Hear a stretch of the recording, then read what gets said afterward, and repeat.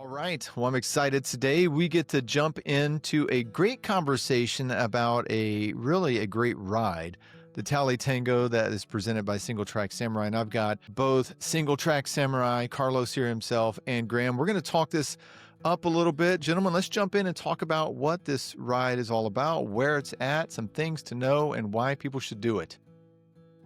The Tally Tango route is a route that was created originally, the original route, which is like the 165-mile route. It's originally created by Matt Bull. He emailed me, told me he had a great route, and I believed him, so I went and checked it out. And after I wrote it, I definitely knew I wanted to do a grand depart. Then it kind of started from there. The next year, we added a 277, and then the year after that, we added the 177, and then 2 years ago, I added the Tango Through Hell, which is the gravel route. And now we got 4 really cool routes for folks to enjoy. This year, we're going backwards, just like they did in the TNGA. We're reversing it. And I think that's going to be exciting. It's going to be a little different for everybody. We have a lot of folks that are repeat offenders. They like to come back and do it again and again. So, I like to switch it up and give everybody something a little different each year. So it's going to be exciting. Yeah, it looks really good. And I'm looking kind of on the website. And again, singletracksamurai.com. You can go in there and look at it. But yeah, like Carlos said, you were saying there's the original Tango, 165, 177, 277. Then the Tango Light, which it's probably not light. Like, don't misread that, right? There's 230 miles. That's why it's also called Tango Through Hell, because after riding 230 miles on a gravel bike, you're gonna feel pretty beat up. Gravel bikes are great, but they don't have suspension forks, so you'd be surprised how tired you get after so many miles. Yeah. Why don't I put one on mine? So Graham, which one are you doing? I'm doing the 165, the OG. The OG. Very excited. Yeah. I got a little glimpse of it earlier this year, and it's wild. And it's, I was talking to our friend Sydney about it because he thought we were going to be done before dark. I was like, no, man. I rode this thing, earlier this year as a bikepacking trip with a couple of the local legends with Matt Borbs and Andy Roberts was there, Chris Hudson, like OGs of Tallahassee. And it is not something you're going to do before you're going to get done before dark unless you're like some really high level pro. It's so interesting. It's such a beautiful route. It goes way deep into the forest and along the coastline.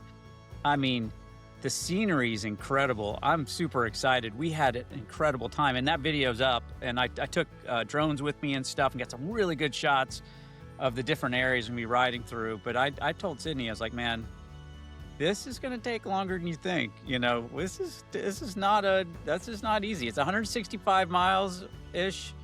And it's gonna take. I know I'll finish in the dark, is what I told him. You can try to go faster. I'm very sure. He doesn't know what he's getting into. How about you? I mean, you have a goal. Oh, do I? Yeah. I figure 14 hours is a good thing to shoot for. Kind of like a Kings Road type of effort. I'm going to keep it smart, keep it steady, be efficient. I got my stops planned out, which may or may not be a good plan, but there's not a lot of stops out there. It's not like Kings Road where you go by stores all day.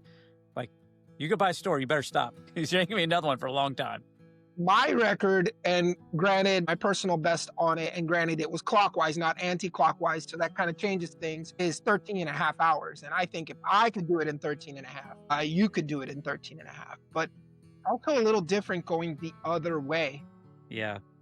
Going clockwise, the last 40 miles is mostly single track, and that's my jam. So I get very excited. Now, instead of those last 40 miles being single track, now they're the first 40 miles. And if you're a person whose single track is like your Achilles heel, not saying you are, but if an individual Achilles heel is single track, it's going to be a tough 4 or 5 hours. It's going to be interesting to see what people do out there. Yeah, so I guess what we got to talk about is what should people expect for like the OG and the sort of the mountain bikey routes, and then for the light. Because I've not done the light. I've only done the OG version, and I did that in 2 days in the winter time, which it was great. That video is funny because me and Hudson like froze our butts off while Andy, I think, had like a warmer in his tent or something. He did. He had hand warmers. He brought like a dozen hand warmers. You know, the ones you kind of crack open. Yeah.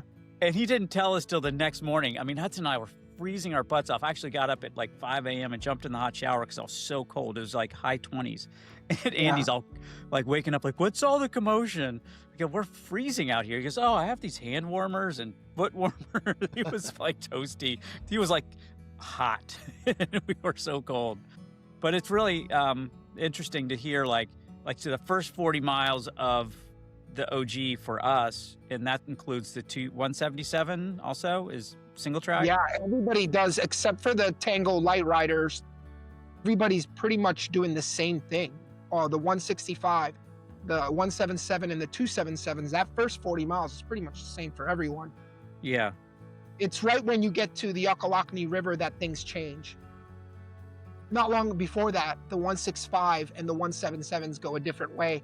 And the 277s keep going down Forest Road 13, which is this super long forest road, and going deep into, this is what it's called, hell. It's called hell. That's the name of the forest. They go deep into hell, and that's really the big difference between the 177, the 165 and the 277 is that the 277, like the Tango Light, include hell. The other routes don't. The other routes just cut right through the Apalachicola National Forest and pop up right by Sopchoppy.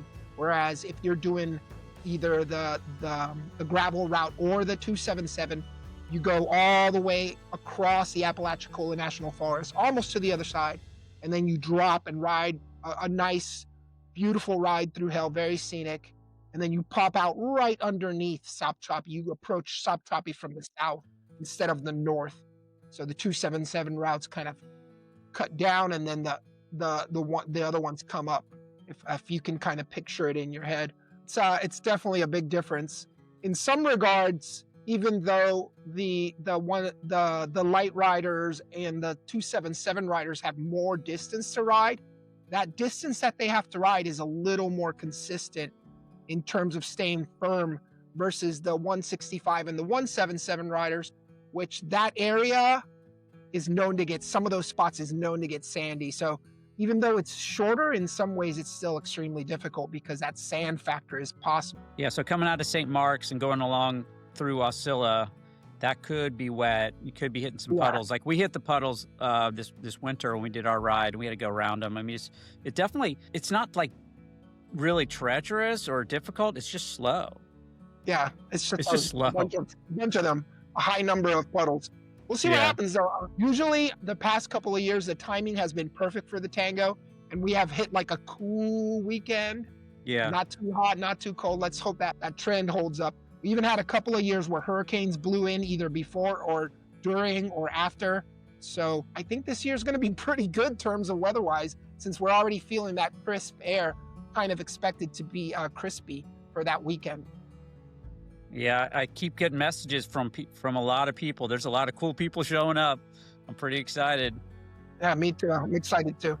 Yeah, all the usuals, and then some fresh faces coming. So it's going to be fun to see who shows up and what goes down. I'm really pumped. I haven't done an event like this ever. You know, now that I have a real bike for this, you know, something that I've got 2.4, you know, running a suspension fork. It's a drop bar, but it's perfect for this route. I'm so excited. I can start doing all your routes, you know, and do Hurricane, Florida Divide. I want it all do them all. So this is a good tester. For sure. Yeah, so if somebody's looking at this and they've got gravel only, is it pretty much they need to head to Tango Light only, or can they do any of the options there? If they're not good at underbiking, they should definitely take the light route. It's going to be more tailor-made for a gravel bike. But that being said, there's people who have done the OG route on cyclocross bikes and on gravel bikes. Gotcha.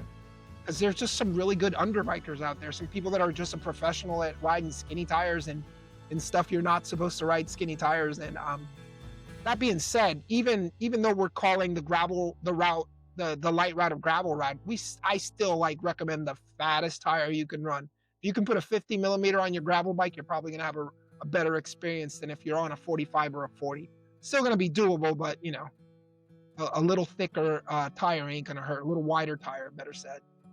Well, this sounds exciting. It sounds like no matter what bike you choose, there's going to be some difficulty involved, obviously. And it's not just the physical aspect, but there's going to be the mental aspect as well. Just being longer, showing up late, dark, water crossings, perhaps some sand. And since this isn't Kings Road, which we all know is sponsored by Circle K, you know, you're going to need to make sure when you download the route, you sign up, you download the route, you kind of make sure you prepare adequately as well. Yeah. There's some big gaps. gaps without supply, so people should be prepared for that. I mean, Right. you hit Freebirds at mile 25. You hit Sop Chop. I'm talking the OG. And then you hit Sop Chop at mile 70. There's another stop like right around 100 before you go into St. Mark's. And there's no stores until the end. And that's the last Yeah. 60 miles. Yeah, you got But check your route. Check your route. Check your stores. Have a plan for sure. Definitely have a plan.